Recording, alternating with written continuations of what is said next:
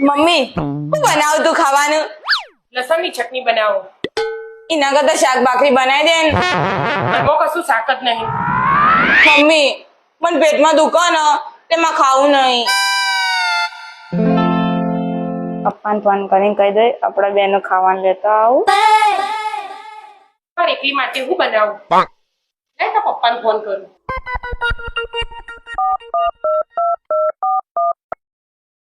Hello,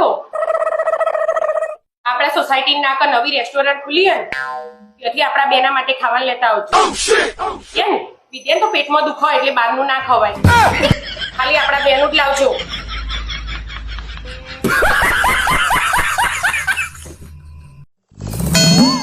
કેટલા વાગે લે? 6:30. આ તો હું નીચે બોકડા બેહવા જવું, બધા બૈરા બેહ્યા ને પીકર.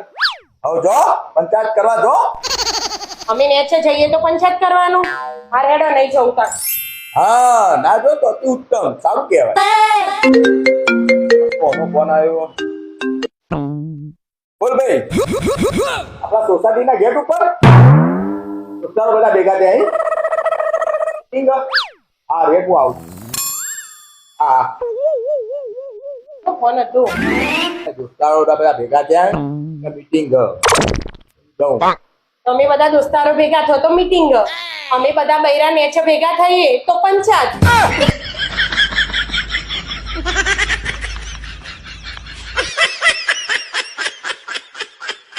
કરો લે તમે.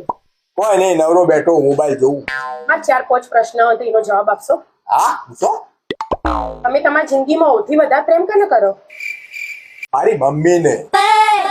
और अभी तो रुको. તમારી પાછળ સૌથી વધારે મહેનત કોને કરી? મારા પપ્પાએ. તમારા ઋષિના પૈસા જોઈતા હોય તો કોણ લાવી આપો? મારા દોસ્તારો. અને સૌથી વધારે સાથ તમારા જીવનમાં કોને આપ્યો? મારા ભાઈઓએ. અને તમે તમારી જિંદગીમાં સૌથી વધારે મહત્વ કોને આપો? પૈસાને. તમે તમારા જીવનમાં સૌથી વધારે પ્રેમ તમારા મમ્મી પપ્પાને કરો. પૈસા જોઈતા હોય તો દોસ્તારો લાઈન આપું. તો મારી હાથે હું લગન ઝક મારવા કર્યા હતા?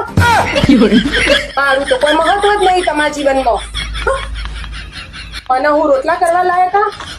હું તો જાઉં મારા મમ્મી ઘેર.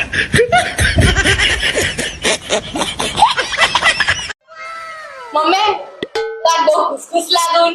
ઓહો, ચા આ પપ્પાએ આજ મને બેબી ડોલ કીધું. બેબી ડોલ. બેબી ડોલ નહીં બેબી ઢોલ કીધું હશે.